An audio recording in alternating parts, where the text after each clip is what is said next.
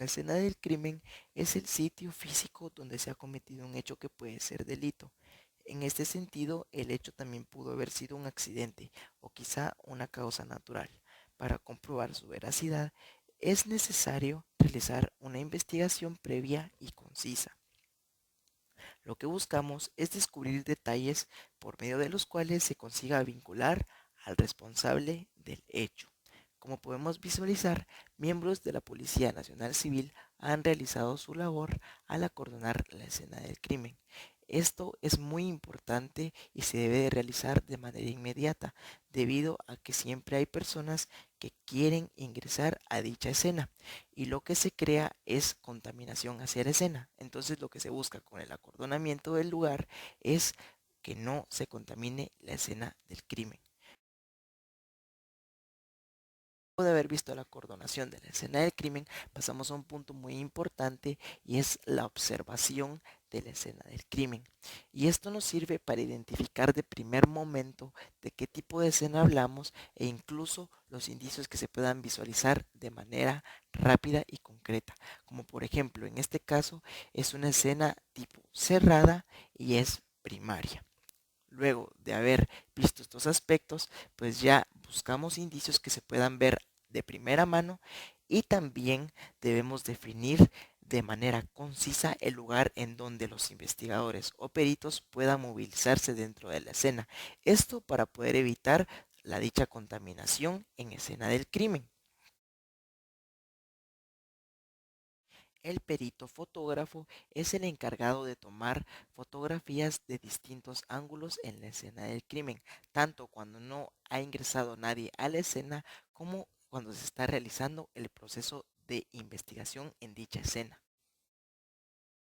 Asimismo, el perito fotógrafo se encarga de tomar fotos a las evidencias o indicios que están en la escena del crimen, ya cuando han sido fijados y antes del levantamiento de dichos indicios. Pero el proceso de la escena del crimen es el momento de la fijación de los indicios, esto para poder determinar dónde se encuentra cada indicio. Ahora, como nuestra escena del crimen la procesaremos de manera espiral, esto quiere decir de manera circular, como se los estoy enseñando. Como primer indicio tenemos a la víctima. En este caso la fijaremos con la letra A, debido a que esta se utiliza para automóviles y para cadáveres. Sería las letras ahora. Como segundo indicio tenemos el proyectil de arma de fuego. Lo fijaremos con el número 1 debido a que es un indicio físico que se encuentra dentro de los parámetros que acabo de mencionar. Entonces, como lo estamos haciendo con orden cronológico y de manera espiral, lo seguiremos haciendo de manera circular. Ahora encontraremos el indicio número 2, el indicio número 3, que es droga, y por último estaremos encontrando los indicios 4 y 5, que son los casquillos del proyectil de arma de fuego que se encuentran dentro de la escena. Esta fijación es para tener claro dónde se encuentran los puntos claves y dónde se encuentran estos indicios y evidencias que nos ayudarán a la investigación de manera más concisa y rápida. Como peritos en planimetría, se llega a la realización de las medidas y también del croquis de la escena del crimen, iniciando con la brújula desde el lado norte para el inicio del croquis. Ahora, lo que se hace es la medición mientras se realiza el croquis, eso para tener datos exactos entre las medidas que hay en la escena del crimen. Entonces, procedemos a medir la escena del crimen.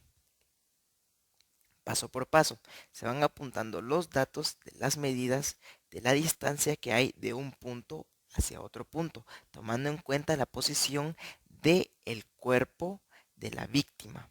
Asimismo, la medida de la distancia que hay entre un indicio hacia el cuerpo de la víctima o del cadáver que se encuentra en la escena del crimen.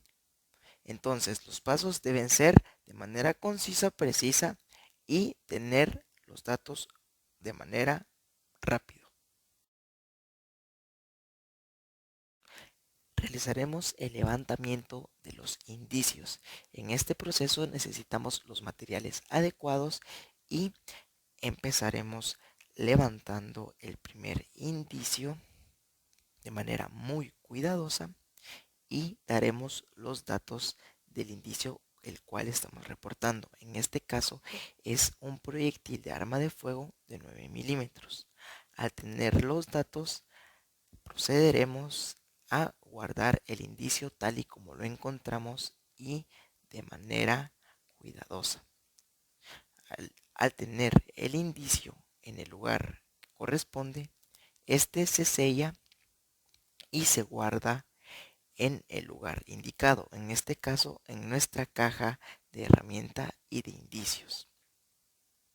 Luego de haber realizado esto, podemos quitar la primera cartilla de indicio, ya que este indicio ha sido recogido de manera adecuada y correcta. Siguiendo con el levantamiento de indicios, se realizará el mismo proceso que en el anterior y será así continuamente con todos los indicios, siempre dando los datos para poder hacer la etiqueta de el indicio. Posteriormente a tener todos los indicios documentados, se entregará al Ministerio Público y luego de esto ya se irá al laboratorio o lugar que corresponde, como por ejemplo el proyectil de arma de fuego directamente se va a el laboratorio de balística. La sangre o huellas que son encontradas dentro de la escena directamente a dactiloscopía y con los instrumentos adecuados procederemos a realizar el hisopado con el flujo de sangre que tiene la víctima. Esto para poder ser examinado en el laboratorio que corresponde. Entonces, con el hisopo tenemos que obtener un poco del residuo de la sangre para luego ingresarlo en el lugar que corresponde. Esto será guardado y será tomado como evidencia. Entonces lo guardamos en nuestra caja de herramientas para luego ser entregado, como decía, en el laboratorio que corresponde. Realizaremos el levantamiento de las huellas y el procedimiento correcto a seguir. Iniciaremos utilizando tinte o polvos que nos den el mejor contraste de las huellas y que nos ayuden a visualizar de mejor manera. En este caso utilizaremos una brocha especial y tinta de color negro. Posteriormente, al haber realizado esto, iniciaremos con el levantamiento de las huellas poniendo el dedo pulgar y luego los dedos de la mano. Este procedimiento se hace para poder identificar a la víctima por medio del sistema MI3.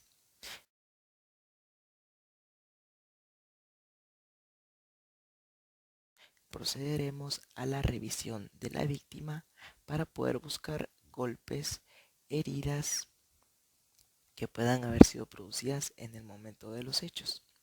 Asimismo, se deberán quitar las prendas de la víctima para poder buscar de manera más concreta estos indicios como golpes o heridas.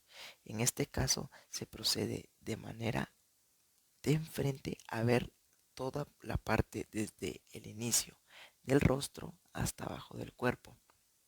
Luego de esto se le da con mucho cuidado vuelta al cadáver para poder buscar también en la parte de atrás orificios de salida o de entrada, como por ejemplo del impacto de el arma de fuego.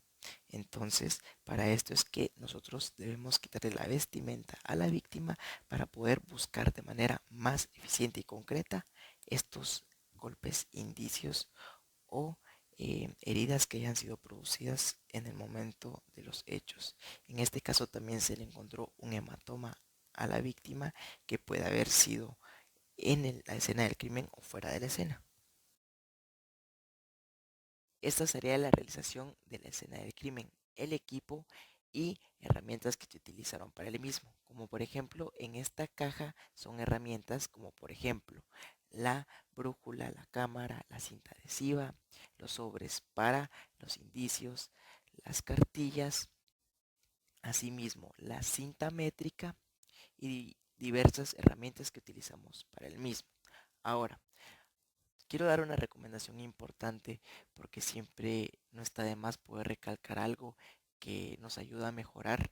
Y en este caso, lastimosamente en nuestro país, yo me he dado cuenta que muchas veces las escenas del crimen no se manejan de manera correcta. Y esto se da por un principal motivo.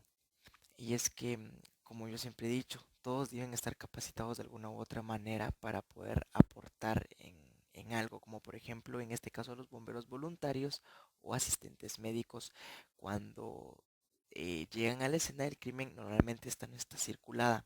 Entonces, desde mi punto de vista, cada 2 o 3 meses se debería de capacitar a estas personas para que ellos en el momento en el que vayan a asistir a la persona, em, ellos lo hagan de una manera correcta y no cometiendo un error, porque entonces no sirve de nada el fijar o nuestra escena del crimen, o más bien dicho, em, resguardarla, si al final ellos cuando llegan pueda que estén contaminando nuestra escena al no llegar o no entrar de manera correcta.